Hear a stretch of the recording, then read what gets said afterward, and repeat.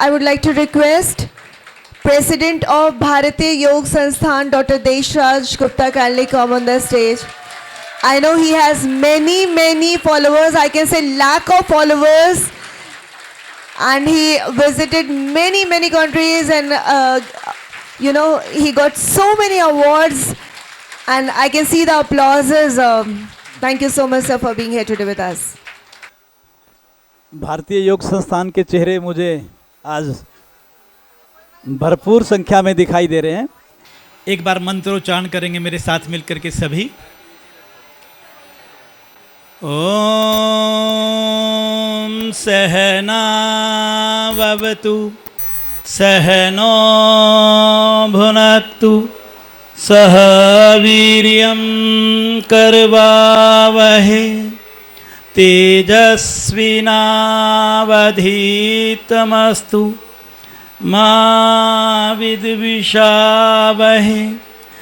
ओम शांति शांति शांति।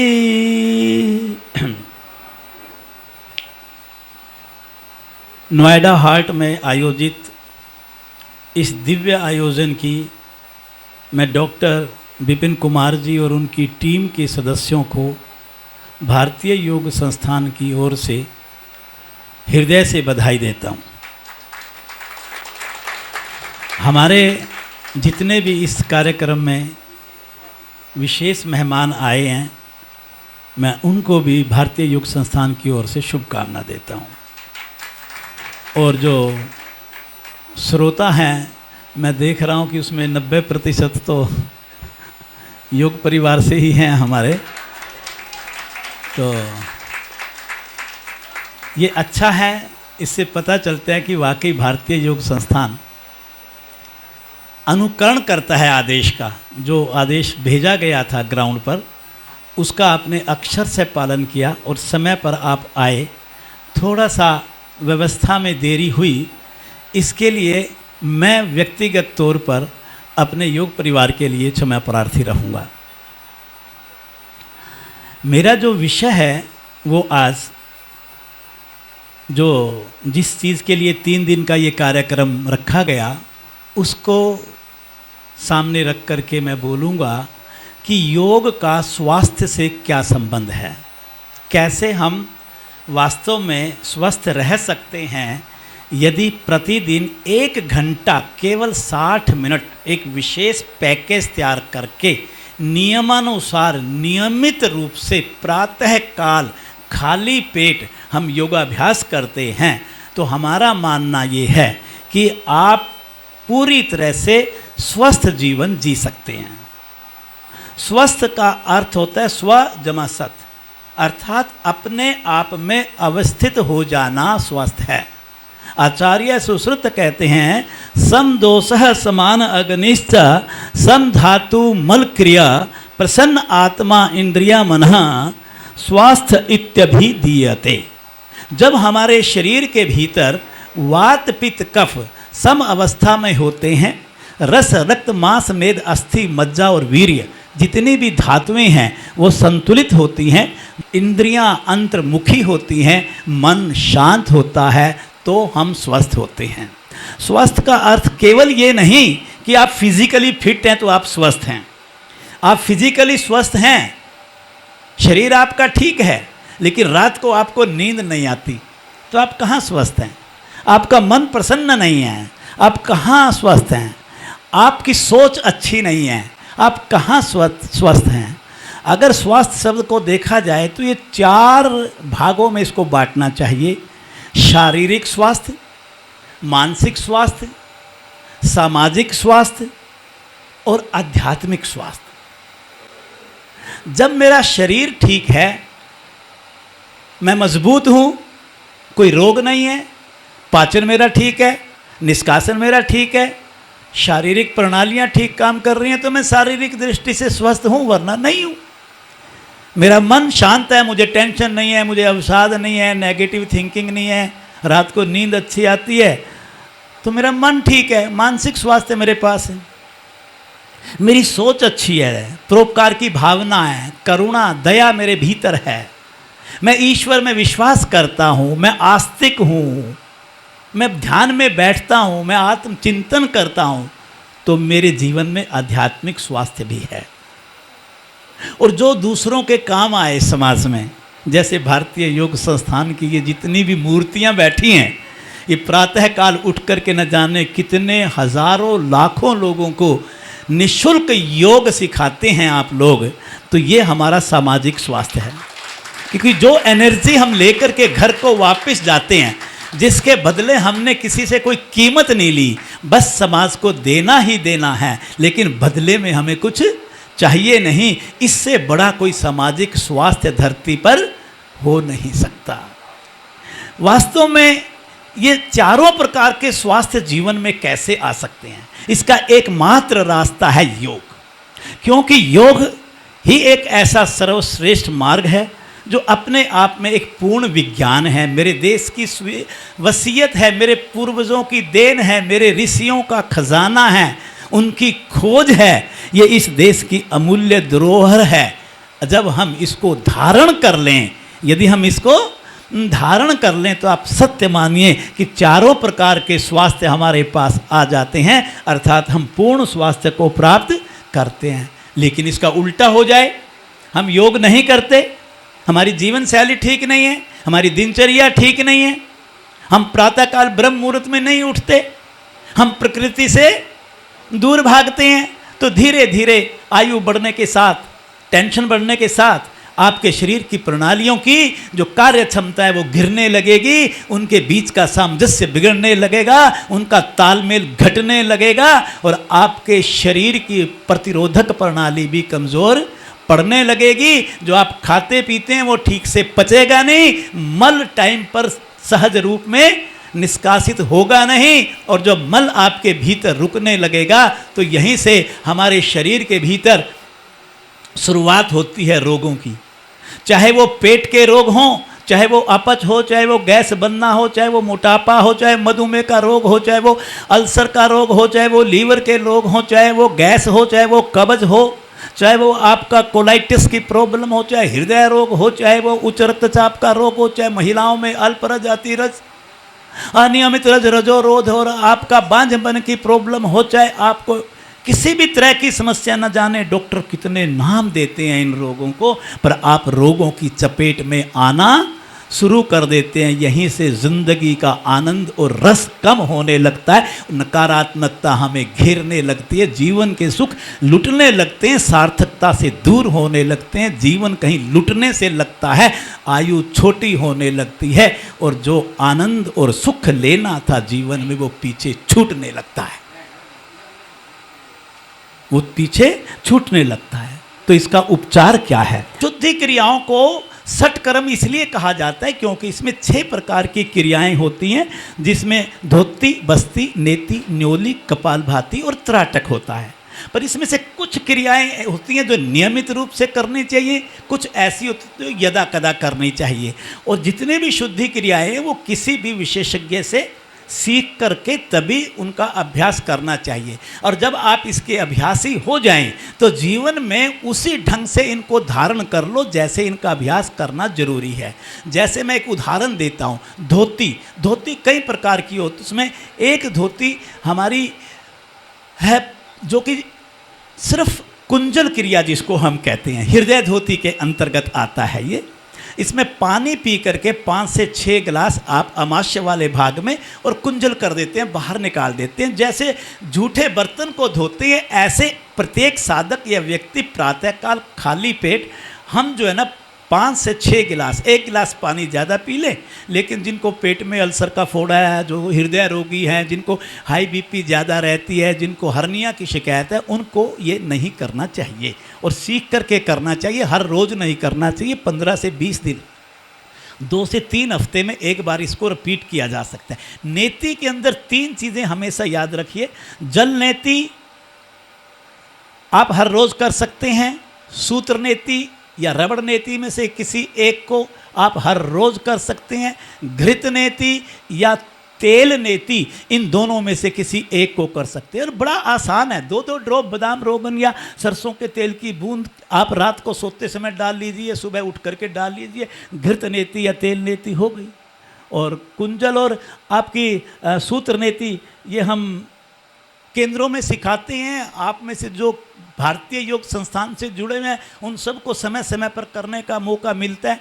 अभी हाल ही में मैंने 26 जनवरी को एक आदेश जारी किया था पूरे भारतवर्ष में कि भाई फरवरी के महीने में 1 फरवरी से 28 फरवरी तक भारतीय योग संस्थान के 4200 योग केंद्रों पर सभी साधकों को शुद्धि क्रियाएं जो रेगुलर करवाई जाने वाली होती हैं उनको अवश्य सिखाएं। और आपने की होगी, जरा हाथ खड़ा करो, बहुत सुंदर, ये देखिए सब ने की होगी। हमारे यहाँ तो अक्षर से पालन होता है बात का, और सब सीखेंगे तो हम करेंगे ना। इसके अलावा कुछ चीज़ें ऐसी है, न्योली क्रिया को हम कठिन समझते हैं लेकिन सीख लें तो कोई मुश्किल नहीं है। वहनी सार धोती है, उसको किया जा सकता है। आपका कपाल भाती है, उसको किया जा सकता है। व्यूत कर्म कपाल भाती है या वात सार कपाल भाती है, ये तो बिल्कुल ही रेगुलर कर सकते हैं, इनमें कोई दिक्कत हमारे को नहीं आती। इसके बाद हम देखते हैं आसनों का अभ्यास। अरे भाई ये व्यवस्था में इतनी गड़बड़ी क्यों है? हाँ या ना में जवाब दो, 1 मिनट लगेगा। चलिए कोई बात नहीं, तब तक मैं कुछ बातें आपको बतलाता हूँ जो बाद में तेज़ी से इसमें दिखा देंगे। हम फिजिकली फिट रहने के लिए आसनों को जीवन में कैसे अपनाएं। अगर कोई नए लोग हैं उनको कभी भी मॉडरेट और एडवांस आसन शुरू में नहीं करने चाहिए। सिंपल आसनों और सूक्ष्म क्रियाओं का अभ्यास करना चाहिए। फिर धीरे धीरे जैसे जैसे शरीर के अंदर लचक बढ़ती चली जाए तो फिर उनको मध्यम दर्जे और अग्रिम आसनों का अभ्यास करना चाहिए। जब हम कहते हैं कि भी आप पहले साधारण और सामान्य आसनों का अभ्यास करो और सूक्ष्म क्रियाएँ करो, उसके पीछे पर्पज़ क्या है? आप यकीन मानिए, अगर केवल 10 मिनट से 15 मिनट की आप सूक्ष्म क्रियाएं हर रोज करने लगें, आपके शरीर में हड्डियों के रोग नहीं आ सकते और बॉडी फुल्ली फ्लेक्सिबिलिटी आ जाएगी आपकी। जैसा कि अब ये देखिए, पाद उंगली नमन क्रिया 1-1 सेकंड में, बस 5-5 सेकंड में बतलाएंगे। केवल आपने सम स्थिति में बैठना है, पैरों में 1 फुट का फासला है और पैरों की उंगलियों को बैकवर्ड फॉरवर्ड 10 बार मूव करना है। अब देखिए उसके बाद है पंजा नमन क्रिया, इसको टखना नमन क्रिया भी कहते हैं। दोनों पंजों को फॉरवर्ड बैकवर्ड 8 से 10 बार कर लीजिए। चलते रहिए। हाँ ये देखिए रोटेशन, दोनों पंजों को, इसको बोलते हैं टखना चक्र क्रिया। ये नीचे लिखा हुआ भी आएगा, टखना चक्र क्रिया। आप 6 से 8 बार क्लॉकवाइज, 6 से 8 बार एंटी क्लॉकवाइज। आगे देखिए ये है हमारा गुल्फ घूर्णन क्रिया। एक हाथ टकने पे दूसरा पंजे पर, उसको गोलाई में आपको घुमाना है 8 से 10 बार ऐसे और 8 से 10 बार एंटी क्लॉकवाइज। ये है घुटना नमन क्रिया, नी बेंडिंग पोज। इसको हमने घुटने को मोड़ना है, थाइज को वक्स के साथ लगाना है, फिर सीधा करना है। एड़ी धरती पर नहीं लगेगी, 3 इंच ऊपर रहेगी। ये देखिए आप, इसको बोलते हैं घुटना झूलना क्रिया। एक हाथ टखने के नीचे, एक घुटने के नीचे, बस घुटने को कुल्हे के जोड़ से हमारा इसमें प्रभाव आएगा। जिनको पद्मासन नहीं लगता उनके लिए बहुत बढ़िया छोटी सी क्रिया है। सारे जोड़ खुल जाएंगे, आप सच मानिए, बड़ी लचक बनेगी। यह है अर्ध तितली आसन। इसमें जो हाथ घुटने पे है उससे घुटना ऊपर उठाएंगे, वक्स के पास लाके दबाएंगे, फिर वापस धरती की तरफ दबाएंगे। 8 से 10 बार इसको दोहरा लीजिए। ये देखिए कुल्ला चक्र क्रिया, घुटने को पकड़ करके उसको गोलाई में क्लॉकवाइज कुल्ले से घुमाना है। 8 से 10 बार क्लॉकवाइज, 8 से 10 बार एंटी क्लॉकवाइज। ये यहाँ से सारी टांगों की क्रियाएं चल रही हैं। ये इसको बोलते हैं घुटना संचालन क्रिया। पहले सीधे खड़े होंगे, पैरों में 1 फुट का फासला होगा, दोनों बाजू कंधों जितनी ऊंचाई पे लाके हथेलियों का रुख नीचे की तरफ होगा। फिर नीचे बैठने का पोज ऐसे बनाना है जैसे कुर्सी पर बैठ रहे हैं। जब आपकी थाइज जो हैं वो पैरेलल हो जाएं अर्थ के, वहाँ पर रुक जाएं। अगर किसी को ऑस्टियोआर्थराइटिस की प्रॉब्लम है, नीज में स्फीयर पेन है, उनको ये अभ्यास नहीं करना। बस उसके बाद देखिए हाथों की, भुजाओं की, हाथों को ऐसे करना, फिर उंगलियों को सख्त करके आपस में मिलाना, खोलना, सख्त करना। 10 बार दोनों हाथों से कर लें। उसके बाद देखिए आप मुष्टि का बंधन क्रिया, अंगूठा अंदर, मुट्ठी लगानी, खींच के लगानी, खींच के खोलनी, खींच के लगानी, खींच के खोलनी, केवल 10 बार। कलाई नमन क्रिया, ये देखिए आप, कलाई रिस्ट बेंडिंग मूवमेंट, इसको 8 से 10 बार कर लिया। रिस्ट रोटेशन, क्या बोलेंगे इसको, कलाई चक्र क्रिया। कलाई चक्र क्रिया 10 बार ऐसे 10 बार ऐसे। 8 हड्डियां इसमें होती हैं, 5 यहाँ होती हैं, 14 यहाँ होती है, 27 और 27 इसमें 54 हड्डियां आपकी 1 मिनट के अंदर प्रभाव में आती हैं। आप देखिए ऐसी पैरों में आपकी 52 बनती हैं, 106 हड्डियां केवल ये, और उसके बाद 100 हड्डियां बाकी शरीर के अंदर हैं, जिसमें 22 केवल खोपड़ी वाले भाग में है, बाकी आपकी धड़ वाले भाग में है। कोहनी नमन क्रिया जब आप यहाँ लगाएं तो उंगलियां मिल जाएंगी, यहाँ आएंगे तो उंगलियां सीधी हो जाएंगी। उंगलियों की एक्सरसाइज भी साथ साथ चलेगी। 8 से 10 बार कर लें। ये हमारे पास देखिए साइड से बाजू को ले जाते हुए कंधे के साथ मिलाना, इसको आगे से भी मिला सकते हैं। 10 बार आपने ऐसे कर लिया और 10 बार आपने इसको आगे से कर लिया, दोनों भुजाओं से, एक बार लेफ्ट एक बार राइट, एक बार लेफ्ट एक बार राइट, गिनती कर लीजिए 10 बगल से और 10 सामने से। उसके बाद रुकिए, यहाँ पर रुकिए, चलिए बस यहीं रुकिए। पेंडुलम, पेंडुलम घड़ी जो वाल क्लॉक हुआ करती थी पहले, आपने देखा हो ऐसे पेंडुलम की भांति, ये साइड से आगे पीछे और बगल से लेफ्ट टू राइट। ये आप 8-8 10-10 दफा बुझाएं। कंधे, कभी आपको फ्रोजन शोल्डर की प्रॉब्लम नहीं हो सकती, कंधे का जोड़ बड़ा स्वस्थ बनेगा। इसके बाद आएगा हमारा कंधा खिंचाव क्रिया, स्कंध खिंचाव क्रिया। साइड से लेकर के जाना है, लेकिन हथेली अंदर नहीं बाहर की तरफ होगी। जितना ऊपर खींचोगे यहाँ के मसल्स और आपका कंधे का जोड़ एकदम प्रभाव में आएगा। दूसरा देखिए स्कंध चक्र क्रिया, उंगलियां मिलाई, कंधे पर रख दिया, बगल में कोहनी साथ मिल गई। इसको सामने से श्वास भरते हुए ऊपर लेके जाएंगे और श्वास निकालते हुए पीछे से नीचे लेके आएंगे। अब 6 से 8 दफा ऐसे कर लीजिए और 6 से 8 दफा विपरीत दिशा में कर लीजिए। दोनों ही भुजाओं से एक साथ क्रिया करनी है, जैसे पिक्चर में दिखाई गई है। आगे चलिए, ये देखिए गर्दन की, एक बार आगे और एक बार पीछे। लेकिन जिनको सर्वाइकल स्पाइंडिलाइटिस की प्रॉब्लम है, ध्यान दें, उनको आगे वाली क्रिया नहीं करनी।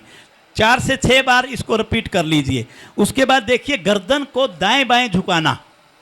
उसके बाद देखिए गर्दन को रोटेशन करना। लेकिन याद रखें, जिनको सर्वाइकल स्पाइंडिलाइटिस की शिकायत है वो केवल पीछे की तरफ दाएं कंधे से बाएं कंधे तक और बाएं कंधे से दाएं कंधे तक लेकर के जाएंगे। वो पूरा सर्कल ना बना के हाफ सर्कल बनाएंगे, पीछे वाला केवल। ये देखिए दबाव बनाना, एक कुल्ले पर हाथ होगा, दूसरा यहाँ, दोनों अपोजिट डायरेक्शन में प्रेशर बनेगा। हथेली से अगर लेफ्ट साइड कर रहे हैं तो सर से राइट साइड, जिससे यहाँ की गर्दन, आर्टरीज, वेन्स, मसल्स सब की सब, और इवन यहाँ तक आपकी सर्वाइकल वर्टेब्रा, वहाँ से निकलने वाली स्नायु और वहाँ के मसल्स भी आपके प्रभावित होंगे। चलिए आगे। हाँ, ये आगे पीछे से प्रेशर बनेगा। उंगलियों को इंटरलॉक करके एक बार माथे पे हाथ रखना है, एक बार पीछे रखना है। अपोजिट डायरेक्शन में प्रेशर बनाना है। जो अपने संस्थान के जो जिला और क्षेत्रीय अधिकारी हैं, उनका मैं 15 तारीख को हड्डियों के ऊपर एक ऑनलाइन विशेष ट्रेनिंग प्रोग्राम लेने जा रहा हूं। उसमें भी ये चीज़ें आपको बतलाई जाएंगी। उसके बाद देखिए रीढ़ को की गोटियों को बिल्कुल अपनी जगह पहुंचाने के लिए, गद्दियों की मसाज के लिए, सर वहाँ से निकलने वाले स्नायु को, वहाँ के मसल्स को, सबको एक साथ मसाज देने वाला आसन है ये ताड़ासन। इसमें आपको एड़ियाँ उठा करके इसको वापिस आइए, नेक्स्ट चलिए, नेक्स्ट ताड़ासन था वो। ये कटी चक्र आसन, डायगोनल मूवमेंट ऑफ स्पाइन। आपकी आड़ी दिशा में आपकी ये रीढ़ चलती है, रीढ़ के लिए बहुत, रीढ़ को स्वस्थ करने वाली क्रिया है। कंधे का जोड़ भी। ये है अश्वत्थासन।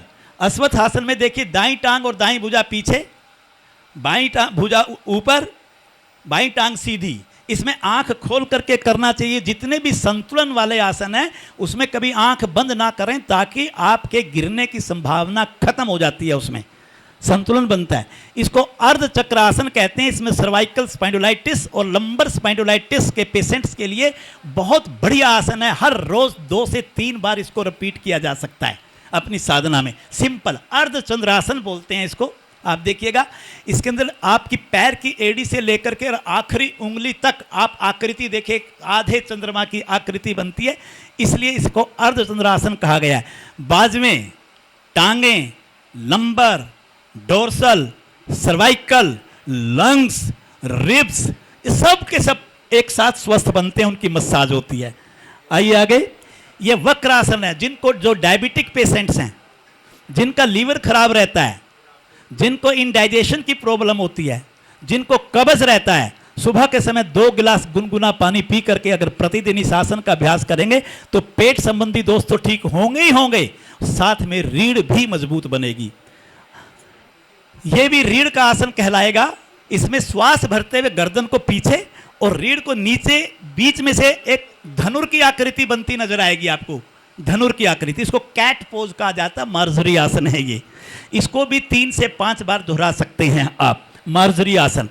वापिस आइए, वहाँ पर वापिस आइए मार्जरी आसन पर। यहाँ पर एक बात जरूर ध्यान रखिए, पहले वज्रासन पर बैठते हैं, फिर घुटनों के बल खड़े होते हैं, फिर दोनों हथेलियां धरती पर इस प्रकार रखेंगे कि भुजा और thighs both will be in vertical shape.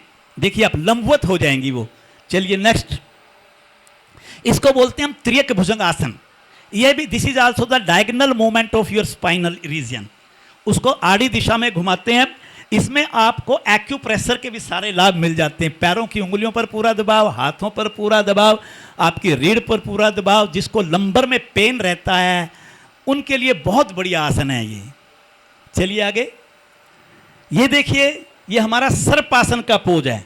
इसमें पेट के सारे दोष, रीढ़ के सारे दोष ठीक करने में सक्षम है।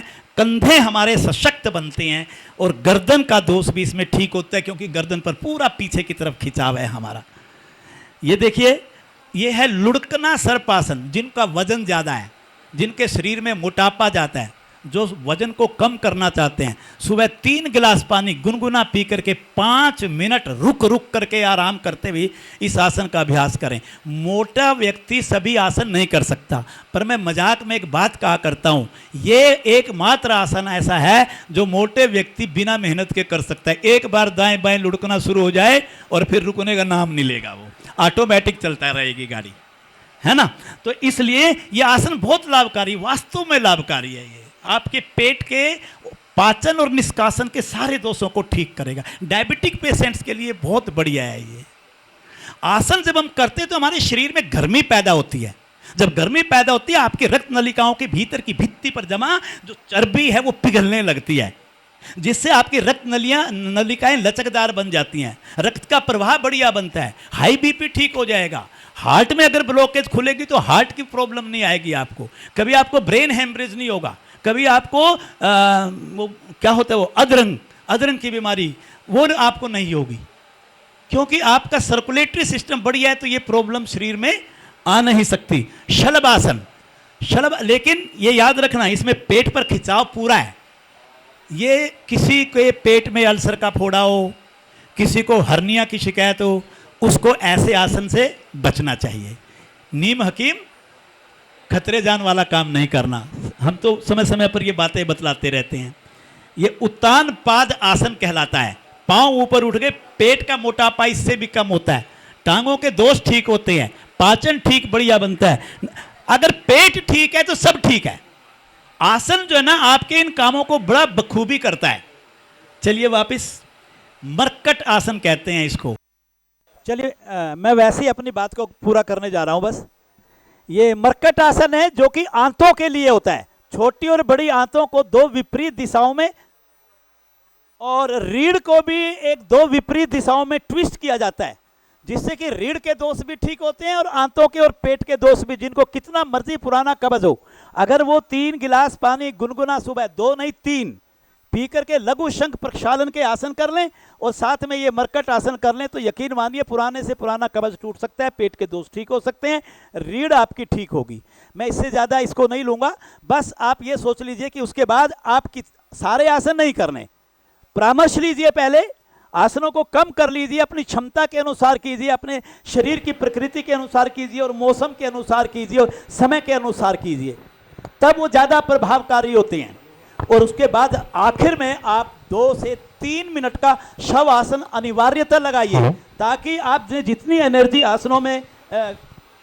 एनर्जी आपने आसनों में खर्च की है उसको पुनः आप अर्जित कर सकें। इस बात का विशेष ध्यान रखना है। फिर आप लगभग 15 मिनट प्रतिदिन कुछ आसन कर लीजिए। गर्मियों में चंद्रवेदी शीतली प्राणायाम कर लीजिए, सर्दियों में आप भस्त्रिका प्राणायाम और सूर्यवेदी प्राणायाम कीजिए, कपालभाति प्राणायाम 12 महीने कर सकते हैं। आप नाड़ी शोधन प्राणायाम कीजिए, भ्रामरी और उज्जयी प्राणायाम कर लीजिए। इनसे आपके श्वास नियंत्रित होंगे, संयमित होंगे, गहरे और लंबे बनेंगे, कुंभक बनने लगेगा मन शांत होने लगेगा, विचार शांत होने लगेंगे। मन शांत करने के लिए प्राणायाम बहुत बड़ी कला है। इससे आपको मानसिक स्वास्थ्य प्राप्त होने लगेगा। पश्चात उसके आप सुबह कम से कम 10 से 15 मिनट प्रतिदिन ध्यान जरूर कीजिए। और कुछ नहीं कर सकते, ओम की चैंटिंग कर लीजिए, आप बैठ करके उस ईश्वर का ध्यान कर लीजिए। आप प्रतिदिन 10 से 15 मिनट ये, और रात्रि में 5 मिनट बैठ करके दिन भर आपके द्वारा किए जाने वाले कार्यों की एक मनः पटल के ऊपर चला करके अपनी रील देख लीजिए। आज कितनी बार झूठ बोला, कितनी बार बुरा किया, कितनी बार मैंने किसी का बुरा किया या मेरे मन में कोई नकारात्मक भाव आया। अगर आप ऐसा प्रतिदिन इस रील को देखेंगे तो धीरे धीरे मेरे द्वारा किए जाने वाले गलत कार्यों की संख्या घटने लगेगी और मेरा मन शुद्ध और मेरे विचार शुद्ध बनने लगेंगे। रात्रि में नींद अच्छी आने लगेगी। ध्यान और आत्मचिंतन ये हमारे आध्यात्मिक स्वास्थ्य को अच्छा बनाते हैं। जब ये सारा कुछ कर लिया तो एक काम जीवन में अवश्य जोड़ दीजिए, क्या? दूसरों के लिए जीना सीख जाइए। बिना पैसे के, बिना बदले की भावना के, बिना प्रशंसा लिए, बिना किसी भी स्वार्थ की भावना के लिए परमार्थ का कार्य जिस दिन आप करना शुरू कर देंगे, सामाजिक स्वास्थ्य भी आपको प्राप्त हो जाएगा और आप पूर्ण स्वास्थ्य को प्राप्त करते अपने जीवन को साकार कर पाएंगे। ओम शांति शांति शांति।